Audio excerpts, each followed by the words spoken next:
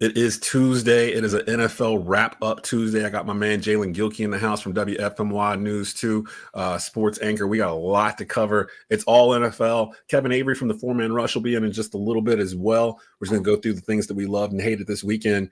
NFL edition, it's the Desmond Johnson Show. Oh, whoops, I did it again.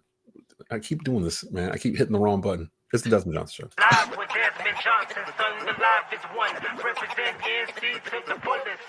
Yeah, welcome to the Carolinas. Everywhere you go, the sky is Carolina blue, the finest. Live action, feedback, the city needs that. I've been #1, no cap. Here's the recap. Adrenaline is my addiction. I'm about to relapse. Step on the turf if you won't and get your weed whacked. I'm going harder than a martyr on the starter end. It's the heart of man, that's a rap like a cardigan. I'm breaking records, it's 4th and inches. I count the seconds. The over-under's my roar of thunder, my secret weapon. Yeah, the game is to be told. I don't break, I break modes. Follow me on Tobacco Road.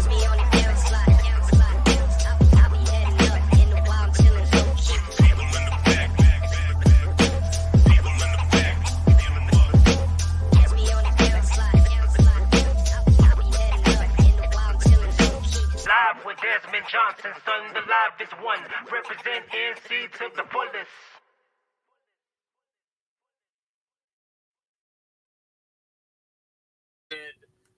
And then when you're I expecting, don't know what's going on. My phone's like blasting something. Welcome to the Desmond Johnson Show. I'm your host, Desmond Johnson, joined by Jaelen Gilkey. And every other week, as he tag teams with David Glenn on Tuesdays, got a loaded NFL Tuesday opening 2024 weekend here. I know your boys played Thursday night against the Chiefs. I was actually really impressed. Well, at least their opening drive. I feel like the Ravens are going to have a pretty good offense this year. Kind of reminded me of the 2015 Panthers, the way they kind of play power. And like, you're really one of the few teams that actually run designated runs for your quarterback. And he does it very, very well.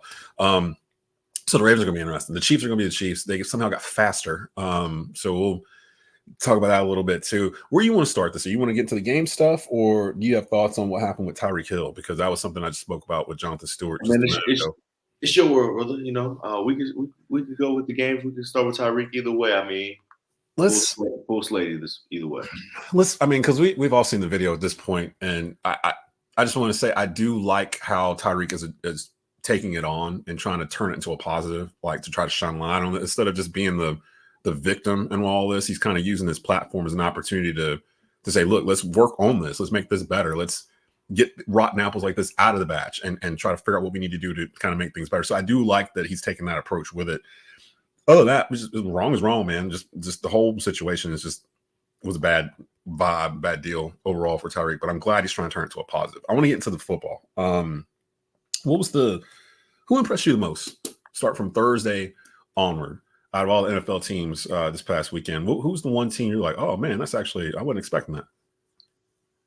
I know this might be a team that didn't win, but I'm going to go with the Indianapolis Colts. Okay. Anthony Richardson, man, he really put on hell of a performance. The pass catchers looked very, very good. A lot of speed, a lot of explosivity on that offensive side of the ball for the Indianapolis Colts, led by Anthony Richardson. So I think they were the team that impressed me most. They did lose to the Texans, of course. But I mean, CJ Stroud just he just picked up where he left off last year and looks like he's going to be a serious threat for an MVP candidate this year, as well as the Texans, making a deep push into the AFC playoff picture. Stephon Diggs had 2 touchdowns for the Texans. Joe Mixon had a touchdown and a whole bunch of yards on the ground. So they look really good, but actually the losing team in that game, the Indianapolis Colts, are the ones that impressed me the most. I think for me, it might have been former Panther quarterbacks. Like literally, like it's like they come here, we ruin them or whatever, they leave, and it's like they get a second lease on life. Baker Mayfield won in Tampa on Sunday. Sam Darnold in Minnesota. They played the Giants, bro. Stop it. I know, but still, it's like I was not expecting Sam Darnold to come out 14 for 14 or whatever. And although he does have Justin Jefferson to throw to, so that does help out a whole lot. And again, they were playing the Giants. And they were playing the Giants. Maybe the Patriots, the way that they won over the Bengals, that was kind of a surprise. Well, the Bengals are historically slow starters. So They are. But honestly, as I'm scrolling through the scores, I think the team that impressed me the most was the Dallas Cowboys. oh my God, here you go. Go ahead, bro. 33-17 winners over the Cleveland Browns. They get Dak signed to the highest guaranteed deal in the history of the NFL, like 30 minutes before kickoff, basically. So they got him and CeeDee Lamb signed. It did just come out today that they're going to wait on Micah Parsons until after the 2024 season, which they can do. The Browns were the number one scoring defense in the league last year, and the Cowboys made it look easy. Like they just was dropping points on them whenever they wanted to, and it was almost like we were kind of joking about the Cowboys in the offseason that they didn't add anybody. Like they didn't do anything really in the offseason in terms of adding personnel. Maybe they didn't need to. You know what I mean? Like they already had the number one scoring offense already in the NFL last year. What were you rolling the odds for? They were averaging 30 points a game last year. What did they need to add? People have just been really blowing this whole Cowboys win over the Browns out of proportion. Okay, it's the same song and dance. They play an inferior opponent.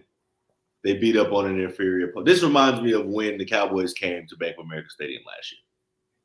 This is the same vibe because that's how bad the Browns offense looked. They look. That's a Deshaun Watson question. I was leading to that. Yeah, I'm not moved by a victory over the Browns because. I mean, I watched pretty much that whole game. I'm pretty sure I watched Deshaun Watson throw at least 3 balls into the first row. Is it a wrap for him? Like that, I was going to get there with it because he's going to finish out this year. But yeah, if he has too many more performances like that, we will see Jameis Winston. So I'm not impressed by that. I mean, I think they had 6 or 7 3-and-outs. You know what I'm saying? So yeah. You know, you hanging points on the Browns. I mean, you got a punt return touchdown. You know what I'm saying? I was not impressed by the performance of the Dallas Cowboys, honestly, because they didn't do anything really that great offensively. The defense looked good, but the Browns more. You think it was more Browns looked almost Panther-esque. They weren't there. Teams right now. The bottom 4 teams right now: Panthers, Giants, Browns, and. Well, to be determined. I don't know if the Browns. I don't know if I'd say the Browns are bottom 4 team. I don't know, just because of their defense. Performances from the weekend, bottom 4. See, I don't think we give the Cowboys enough credit, and I understand a lot of times the Cowboys are shoved down our throat. They're America's team. I get it. They ain't been in the Super Bowl in 30 years, but I will give credit where credit is due. Dak is a damn good quarterback. Dak deserved that money that he got, and he was like number 2 or number 3 in MVP voting last year. Like they don't go anywhere without Dak Prescott, and he feels like he's a good leader too. Like I like that, in my quarterbacks. So on that end, yeah, that's fine. They got criticized for not really adding anybody. Zeke looked like he was the Zeke from 4 years ago the other day. Now that might have been on the Browns too. I don't know. The whole weekend was kind of weird in terms of no quarterback threw for over 250 yards, like in the entire league. Which was strange because I was thinking about it's like nobody in the Ravens Chiefs game threw for that much, but no, everything was down passing wise. Let's look at Dak's numbers: 19-32, 163 yards and a touchdown. Yeah, everybody kind of like that yesterday or Sunday. They had a total of 265 yards. That's not impressive. Yeah, it's not impressive. They dropped this point, but again, they got the punt return, and that's what I'm saying. It wasn't. They had. But he had 3 big punt returns, and he broke 1. That's inexcusable too. He had 3 big punt returns. Like they started in plus territory. So I mean, it was. You know what? I'll take that back. Probably last night. I didn't watch much of that game, but 49ers Jets for the 49ers to come out and do what they did to drop 32 on the Jets defense and not have Christian McCaffrey. That's better. They looked more. Who's this Mason guy? I know he's been in the league like 3 or 4 years, but 28 carries, 147 yards, and a touchdown. Like a lot of that probably had to do with the 49ers line. But when they do get McCaffrey back, and he may not even be back for a couple of weeks because they're playing, I think the Rams and somebody else, and they're on artificial turf, and it's a calf injury. So clearly they're not in a rush to bring him back. They don't need to be in a rush to bring him back. So this other guy can hold the fort, and they've got other weapons. So it's like the 49ers. If you had to pick after week 1 who you're going at for the NFC between, you got to put them in there: Cowboys, Eagles, 49ers, Lions, I guess. Who would you pick as your one? 49ers for sure. And I mean, Cowboys are 4 there. So See, I'm just sensing this cowboy hate. That's all. No, That's it's just. I mean, okay. Fun fact about me: I was born in 1995, July, as a matter of fact. So I've never seen them win anything. But in your lifetime, yeah, they haven't won Ever. anything. Well, back in the day, Jaelen, they used to win. Yeah, Stuff all what the you time. say? Yeah. No thanks. They used to be out there all the time. Yeah, I get it. And Cowboy fans are super annoying. I used to be one back in the day. Not even about that. Like I said, brother, I've never seen them even in the NFC Championship. They haven't been in the NFC Championship. Yeah, they haven't even been there. But and last year was a good. And it's always the same thing. The same thing. And this year they brought the same. I mean, they didn't get any better. They needed more help offensively. They still need a number 2 receiver. Brandon Cooks isn't going to be the guy. No. To be a number 2 receiver for the Cowboys. So, I mean, they don't have a number 2 receiver. Jake Ferguson might be hurt with a knee. They got Zeke back there as the number 1 back. So, I mean, Cook. Yeah. I just don't. I just think the Browns are in a point of desperation, and it's real bad. They're looking for an answer any way they can find one.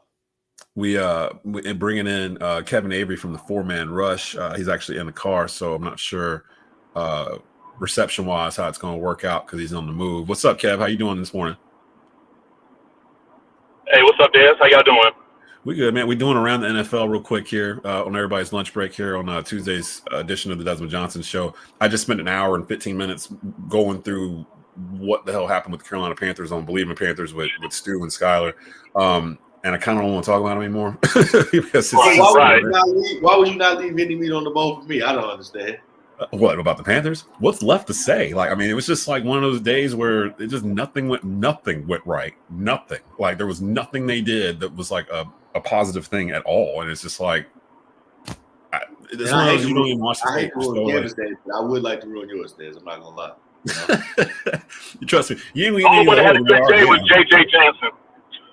The punter, yeah, he was the star of the game. Oh, the long snapper. Oh, the long snapper. That's right. A lot of work. Got a lot of work in. They just, I mean, I will say this. Stu did talk me off the ledge in terms of, like, I'm about ready to just be like, we can't just throw Bryce Young away. Like he's going to have to finish the season out, good or bad, or whatever happens. But the fact that he looked like he had regressed in from last season to now, that was alarming. But to be honest, the bigger thing for me was that the defense gave up 47 points to the New Orleans Saints. They were up 30-0 at half. Like they were never competitive. Like it looked like a high school team. You know, Jaelen, you're on the sidelines with me doing these high school games. There will be Friday nights where you'll get to a game and it's like Grimsley versus whoever, and you know when you got out the car in the parking lot that this was going to be a mismatch running clock type situation before we got to the third quarter. That's what it felt like on Sunday in New Orleans. Yeah, I've definitely popped out to a high school game at a school that will remain anonymous, but I saw them. I got there at halftime. It was 42-0, and I said, "Boy, oh boy." Highlights. I know y'all scored too fast. I can't even cut this stuff. That's kind of how it felt on Sunday with the Saints in Carolina. But again, like Stu said, Stu's the one that will calm me down on a lot of stuff. He's like, it's one game. There's 16 more to go. They win a nail biter next Sunday. No one's even going to remember week 1. Like, positive on the bright side, the Chargers suck too. So yeah, they're just going to run the ball. They didn't really do much of anything last week, like you said. Besides run the ball, I don't know if you can stop the run. I might be going to J.K. Dobbins for my fantasy next week. Let's start right there. Austin Eckler. Hey, Dad, I just say this because I know you don't want to talk about it no more.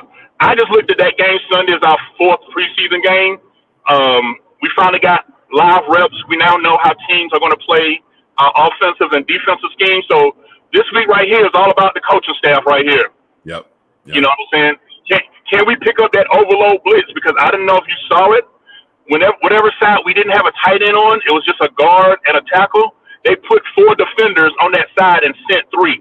That's why that nickel corner had a field day. You know, he got 3 sacks. 3 sacks, yeah, and 2 of them. Bryce got to see it. He got to see it and shift the possession. He just did. He just didn't shift it over. The dude's just running through unabated. No one's even in his way. And Bryce has got to pick that up. But if we're going to give him a mulligan for last year and basically look, your offensive coordinators and stuff, we're all fighting each other. It's not really fair to you as a rookie coming in. I can't hold him as a second-year quarterback if I'm saying I don't count the first year. This is literally his rookie year. He's a redshirt rookie pretty much right now, going through the progressions.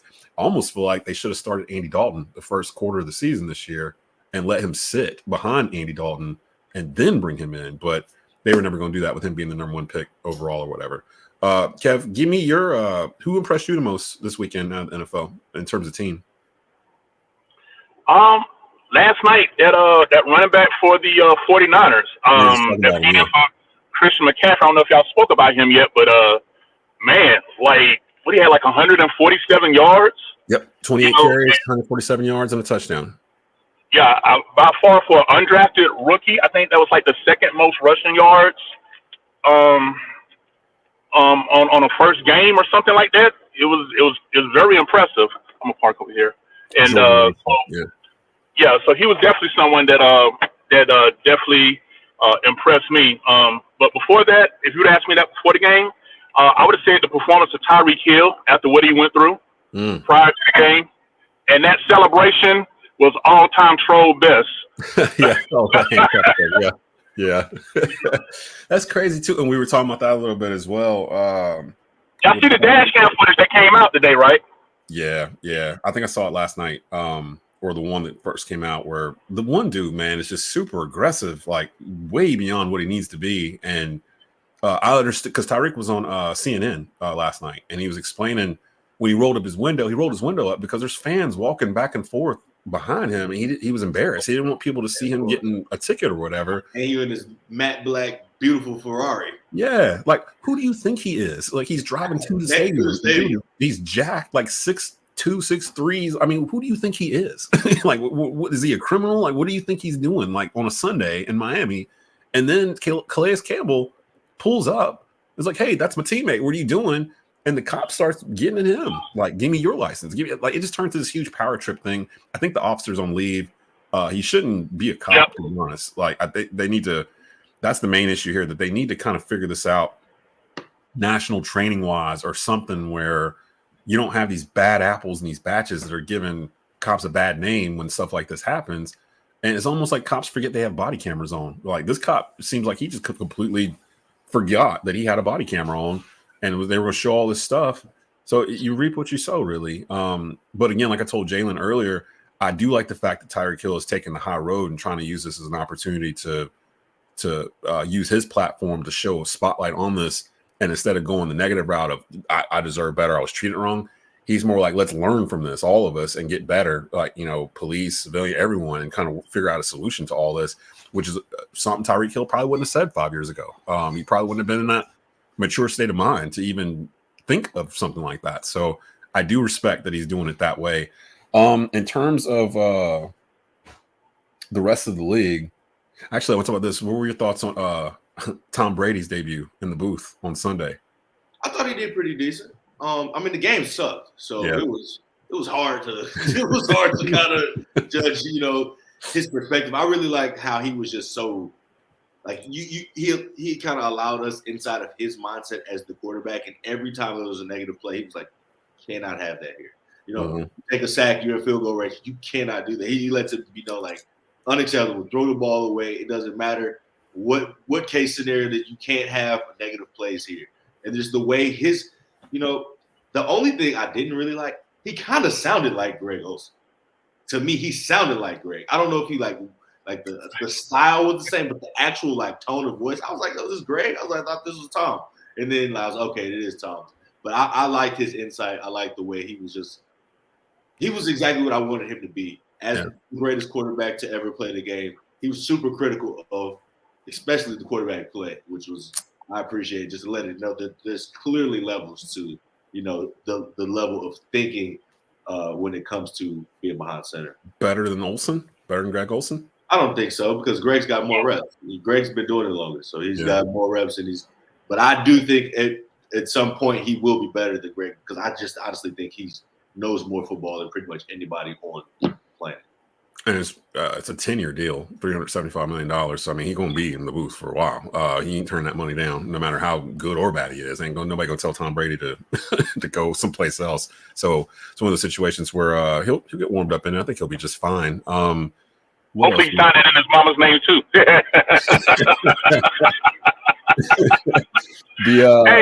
Dax deal. I want to talk about Dax deal. Highest paid quarterback guaranteed money in the history of the NFL. Deserved, because me and Jaelen were talking about the Cowboys. Jaelen don't like the Cowboys. I'm just indifferent to him at this point, but Jaelen clearly has an issue with the Dallas Cowboys. I just don't like the gas that you put underneath their name like that. What gas? Like they were the most impressive performance of the week. No, they weren't. Well, until I remember last night. One of the worst performances of the week. I can't be impressed. I can't be impressed with the Saints. I can't be impressed with Minnesota. I can't be impressed with the Cowboys because they played clearly inferior teams. Again, the Browns were the number one scoring defense in the league last year. Like all everybody talks about is the Browns defense, and for the Cowboys to just drop 35 on the ball, Des, when you're going 3 and out, 8 out of your 11 possessions. That's Deshaun. I'm telling you. You know what I'm saying? Like I can't be impressed by that. Deshaun Watson's done. Like I'll just put that out there. Like we have not seen top 5 quarterback Deshaun Watson since pre-COVID. Like, think about that for a minute. Like 2018, I guess, 2019, before everything blew up. And he's got another civil lawsuit I saw last night that somebody else from 2020 suing him for the same exact thing or whatever. So all that guaranteed money that he got from the Browns, he's just paying it out to all these civil suits that he piled up when he was in Houston. I don't know. Even if you can't cut him, because if you cut him, there's so much guaranteed money. It's like $160 million left or something on that deal, or $50 million that'd be in dead cap money. It would destroy Cleveland. Like, oh no, it's way more than that cap wise. Like he restructured to free up $36 million before the season started. So his cap hits the next 2 years is in the 70 million range. I think like 72 million and like 75 million. Like, oh my Lord. But check this out. Timing is everything. You notice he played bad, and all of a sudden this charge came up because there's a clause with the Browns that if he gets in any type of legal trouble, it voids everything out. Oh. Now think about it. If he would throw for 304 touchdowns and they won, will we be hearing about this? Would you say Kev over there got his That's that math, yeah. Hey, man, about that. He got the Wow. Hey, think about the timing of it. He played bad. Man, we got to get this. Nah. Yeah. Go ahead and put this out there or whatever. I didn't even think about that. You're right. I forgot. Like, this ain't a 2023 or 2024 allegation. This from the same batch. Yeah. You know what I'm saying? For the same time frame. So why wouldn't all the other 30-something put in? Why was this one in the stash? Nah. Come on now. Nah. This is a get out of jail free card for the Browns. Okay. You might. Think about who the backup is. They got Jameis Winston there. Yep. And he can just play. I mean, if Joe Flacco can lead that roster to the playoffs last year, I feel pretty confident Jameis Winston could do the same thing. Deshaun Watson just like he just ain't got it no more. Like it just ain't there. And a lot of times it ain't gonna come back. Rich Gannon only happens really once. You know what I mean? Like it's not going to be a situation where he finds it again and all of a sudden he's an MVP level player. Usually it goes up and it goes down. It's not it's not like this, like your career or whatever. You peak and then you come down. I think he peaked 5 years ago, got that deal, found a team desperate enough to pay him all that money guaranteed, and now it's like, when was the last time Deshaun had a good game? Like that playoff game in 2019? All right, but you know what? I got to give him a little bit of a pass because I didn't know if you guys discussed it or heard. His dad passed away like a day or two before the game. No, I did not hear that. So yeah, Deshaun Watson lost his dad. So who knows? No, everybody can't go out there like how Brett Favre did it on that Monday night game against the Raiders once upon a time and show out, with the passing of, your father. Like everybody handles it differently. So, hey, as someone that's lost my father early, I can relate. So, who knows? Like I said, I just find it ironic that he had a bad game and the very next day, boop. Oh, there's a charge, and it's a clause that allows the Browns to void all that guaranteed money if there's any legal problems. I just find it very ironic. That's keep this in mind after the season plays out if he continues to play bad. That's that sauce right there because that's something I didn't even consider. I will. You know what? And people were saying, I'm just going back looking through these games or whatnot. They were saying nobody threw for over 250 yards on Sunday.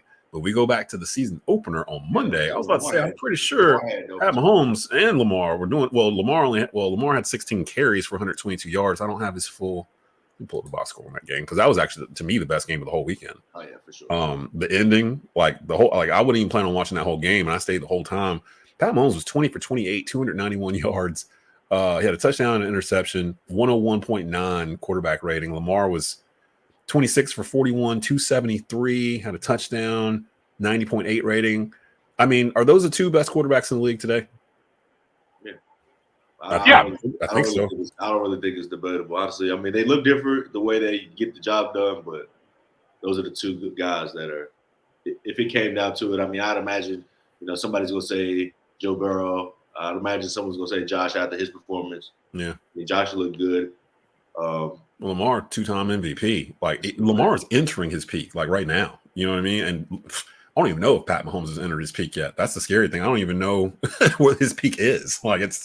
It's somewhere. But watching that game and then going and watching the Panthers Saints on Sunday, night and day. It's like watching Pop Warner and NFL football. That's the thing. And Kev, you probably understand this. After watching a Panther game on a Sunday at 1, then watching whatever the 4:00 game is, and you're just like, this just looks completely different from what I watched. No, it was about the same though, because the 4:00 game here was Cleveland and Dallas, so it was Dallas was scoring. That's what I'm saying. Things look easy. That's what I'm saying. Everything looks hard for Carolina whenever they play. Everything looks easy for the That Sunday night game.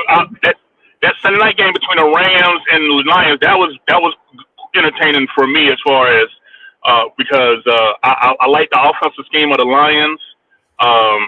Sean McVay, I mean, what can we say, man? I mean, the guy just keeps, he get down for a little bit and then he come back red. I know they, didn't win, but it's just the Rams going to be a problem. Yeah. You know what I'm saying? And but yeah, the Sunday night game kind of gave me my football, I guess, Band-Aid from watching the Panthers play. I quit after that Panther game. I was like, I tried to watch the Cowboys, but I couldn't get in it. I was watching the Red Zone. And so I had two TVs going. I had the Red Zone going and I had the Panthers game going. I looked up on the Red Zone. I didn't even see Rashid Shaheed. I thought they was going to punt. It was 3rd down. I was like, okay. So I looked up at Red Zone. Something happened on the Red Zone. I looked down at the TV. The Panthers game, it was a commercial. I was like, okay, I guess they punted. I looked up at Red Zone and it was bang, Rashid Shaheed. I was like, oh God. I was like, so it has begun. So it has begun. Bro, and I'll leave it with this. The best way to sum up the Panthers Sunday, I know you've seen it by now, Kev. You might have seen it by now too, Jaelen. There's a reel going around on Twitter. It was a run by Alvin Kamara where he's running along the left side of the line. He hits the corner. And as soon as he hits the corner, if you look in the scrum of the defense, there are 3 Panther defenders that falling like dominoes. Yeah, they all trip each other. It's just like boop, boop, boop. No, all 3 of them fall down. It's just Kamara's just running free. Nobody's touching him for another 8-9 yards before he gets deep in the secondary, and he's still running. And I'm sitting there watching it like that. Literally summed up the whole Sunday. Like that, we just couldn't get out of our own way. Like this is bad. Like y'all need to fix this.